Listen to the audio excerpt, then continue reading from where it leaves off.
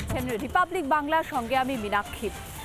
2026 বিধানসভা নির্বাচন আসতে চলেছে, আর এই ভোট আসার আগে তৃণমূল কংগ্রেসের অন্দরের যে কোন্দল, সেই কোন্দল আরও বেশি করে বিততে শুরু করেছে তৃণমূল কংগ্রেসের।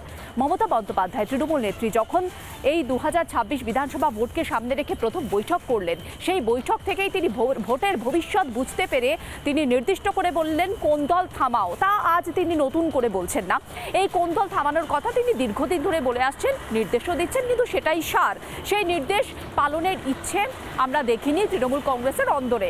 আর ভোট যত আসছে ততই কোন্দল কাটাতে জাঁকিয়ে বসছে, কোন্দল কাটাতে বিততে শুরু করেছে আরও বেশি করে।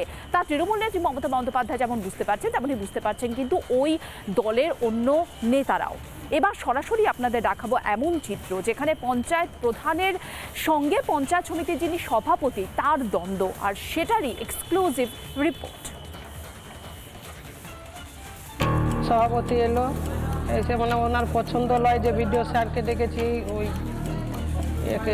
এমপি স্যার ছিলেন, এমএলএ ছিলেন, ঝগড়া ঝামেলা ওখানে লাগিয়ে দেয়। এই ভূমিকে ঢাকার জন্য বিভিন্নভাবে রণকৌশল গ্রহণ করছে। মুর্শিদাবাদ জেলার সাগরদিঘিতে তৃণমূলের গোষ্ঠী কোন্দল একেবারে প্রকাশ্যে চলে এলো। তৃণমূল পরিচালিত গ্রাম পঞ্চায়েতের প্রধানকে ব্যাপক মারধরের অভিযোগ তৃণমূল পরিচালিত সাগরদিঘি পঞ্চায়েত সমিতির সভাপতির বিরুদ্ধে। তৃণমূলে ডামাডোল, সম্মুখ সমরে প্রধান ও পঞ্চায়েত সমিতির সভাপতি। মার খেয়ে হাসপাতালে চিকিৎসা করালেন মণিগ্রামের পঞ্চায়েত প্রধান আলিয়ারা বেবি।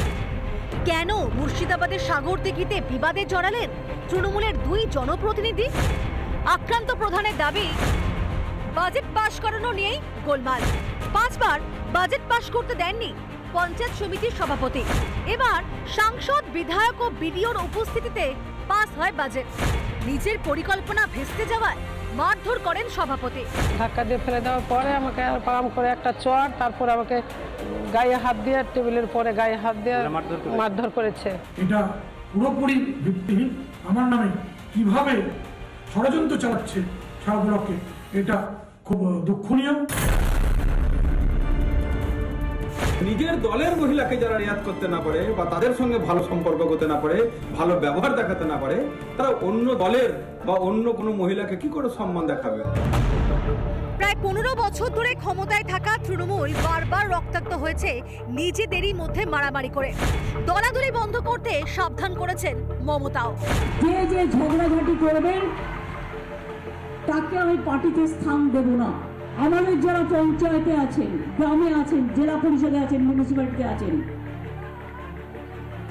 কে বড় হনু, আমি না মানুষ, মানুষ না থাকলে আমি জিরো। এমন কথার পরেও থামছে না গৃহযুদ্ধ।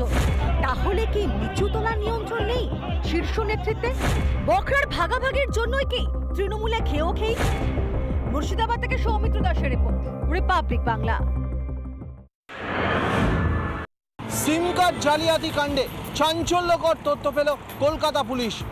তিলজলা এবং মুক্তারামবাবু স্ট্রিট থেকে উদ্ধার হওয়া বিপুল পরিমাণ সিম গেছে দক্ষিণ ভারতে, মূলত হায়দ্রাবাদ এবং চেন্নাইয়ে।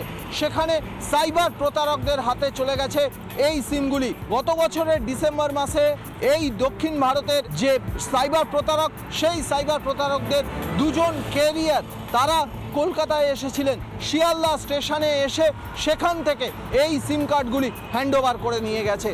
কলকাতা পুলিশের তদন্তকারীরা খতিয়ে দেখছে এই সিম কার্ডগুলি দিয়ে শুধুমাত্র ব্যাংক জালিয়াতি হয়েছে নাকি ডিজিটাল অ্যারেস্টের মতো ঘটনা, যেগুলো দিনের পর দিন বেড়ে চলেছে, সেই ডিজিটাল অ্যারেস্টের ক্ষেত্রেও, ফোন কলের ক্ষেত্রেও এই সিমগুলি ইউজ হয়েছে নাকি আরও অন্য কোনো অপরাধের ক্ষেত্রে ইউজ হয়েছে। গোটা বিষয়টা খতিয়ে দেখছে কলকাতা পুলিশের cyber cell. Video journalist Ali হোসেনের সঙ্গে সৈকত, রিপাবলিক বাংলা, কলকাতা। নানা ধরনের কন্টেন্ট দেখার জন্য লাইক করুন, শেয়ার করুন আমাদের ফেসবুক পেজ, সাবস্ক্রাইব করুন আমাদের ইউটিউব চ্যানেল। পাশাপাশি অন্যান্য ব্রেকিং নিউজের জন্য অবশ্যই চোখ রাখুন রিপাবলিক বাংলায়।